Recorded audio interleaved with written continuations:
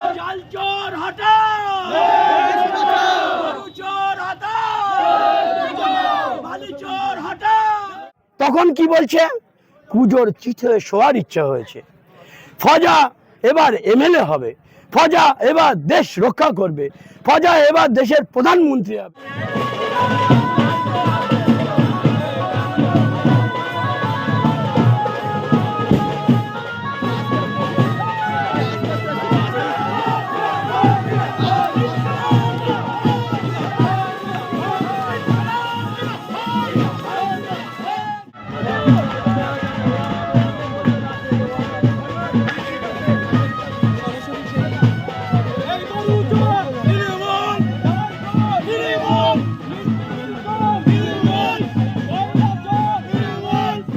এক কথায় উত্তর দেবো, মুফতি আব্দুল মাতিন সাহেব আমার খুব হিতাকাঙ্ক্ষী মানুষ, আমি ওনাকে খুব শ্রদ্ধা করতাম। আমাদের লাইফটা ওনাদের মতো মানুষের সঙ্গে কাটিয়ে দিয়েছি, অরাজনৈতিক সংগঠনের সঙ্গে কাটিয়ে দিয়েছি, প্রচুর প্রোগ্রাম করেছি ওই মানুষের সঙ্গে। ওনারা যে শিক্ষা যে দীক্ষা দিয়েছে আমরা সেটা নতমস্তকে মেনে নিয়েছিলাম। ওনারা দেখিয়েছিল সাম্প্রদায়িক সম্প্রীতি যে নষ্ট হচ্ছে এই বাংলায়, এবং ধর্মীয় ভাবাবেগে আঘাত করা থেকে শুরু করে রাজ্যে শিক্ষা নেই, স্বাস্থ্য নেই, ওয়াকফ সম্পত্তি নিয়ে দীর্ঘদিন ধরে আন্দোলন করেছে ওই মানুষের সঙ্গে।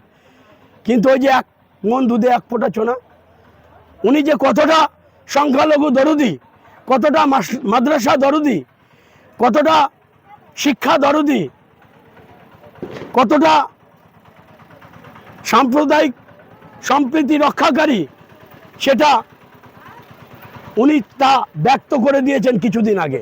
উনি বলেছিল রাজনীতি হারাম, উনি বলেছিল আমি জীবনে রাজনীতিতে যাব না।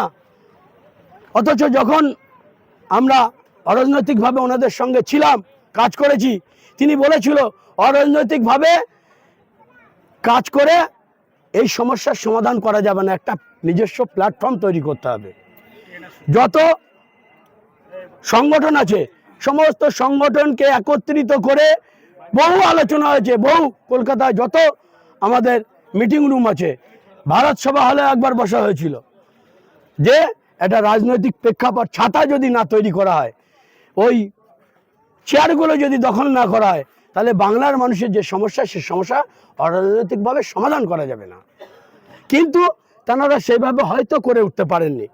আব্বাস সিদ্দিকী, নওশাদ সিদ্দিকী যখন তারা তাদের প্রচেষ্টায় বাংলার মানুষের স্বার্থে, সম্প্রীতির স্বার্থে তারা যখন একটা দল গঠন করেছে, সেই দলটা যখন প্রচার প্রসার হচ্ছে, আজকে বাংলা জুড়ে তাদের নাম, আইএসএফে জয়েন করার জন্য মানুষের হিড়িক লেগে গেছে তাদের কর্মকাণ্ড দেখে।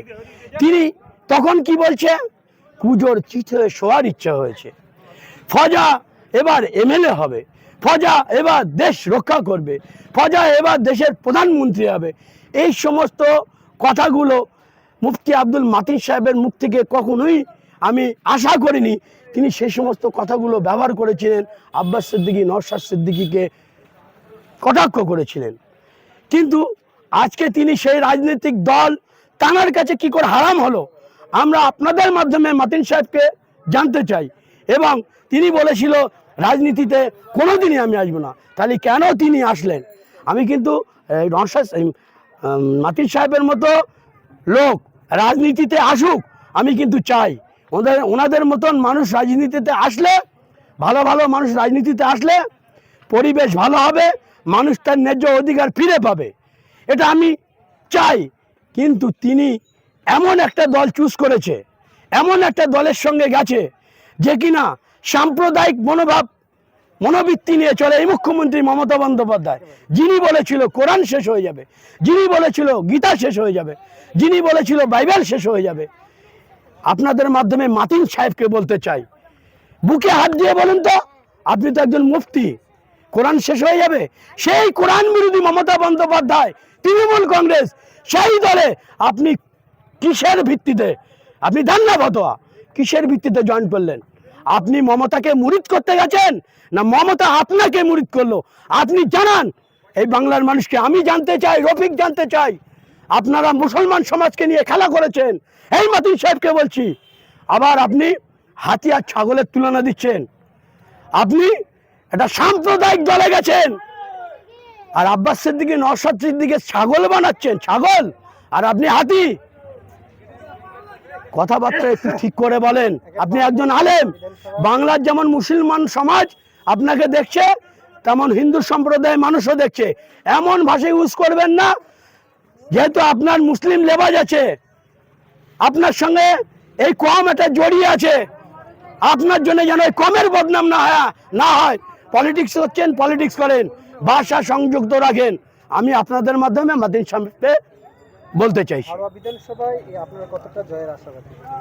শুনুন, শুধু হাড়োয়া বিধানসভা নয়, আমরা ভাঙড় পাচ্ছি, ক্যানিং পাচ্ছি, আমরা হাড়োয়া, দেগঙ্গা, আমডাঙ্গা, আরো বাদুড়িয়া, আপনার মিনাখা। শুধু এই নয়, এবারে 2026-এ বাংলায় মিরাক্কেল হবে। যেমন 2011 সালে সিপিএম ভাবতে পারেনি যে আমরা এইভাবে ডুবে যাব বা বাংলা থেকে সরে যাব, বাংলার মানুষ আমাদেরকে উপেক্ষা করবে। সেই দিন 2011 সালে কোনো সমীক্ষা কাজ করেনি। ঠিক এই 2026-এ 29 তারিখ, 4 তারিখের পরে সবাই জানবে বাংলার মানুষ বাংলায় মিরাক্কেল হয়েছে। তৃণমূল, বিজেপি, এই বিজেপি সাম্প্রদায়িক দল, তার সহযোগী তৃণমূল তুলোর মতো উড়িয়ে দেবে বাংলার মুসলিম সমাজ, নারী সমাজ, হিন্দু সমাজ, সমস্ত শুভবুদ্ধি মানুষ বিজেপি আর তৃণমূলকে তুলোর মতো উড়িয়ে দেবে, বাংলা ছাড়া করে দেবে। 4 তারিখের পরে দেখে নেবেন, মিরাক্কেল হবে এই বাংলায়। আমার নাম মোহাম্মদ রফিকুল ইসলাম, ইন্ডিয়ান সেকুলার ফ্রন্টে।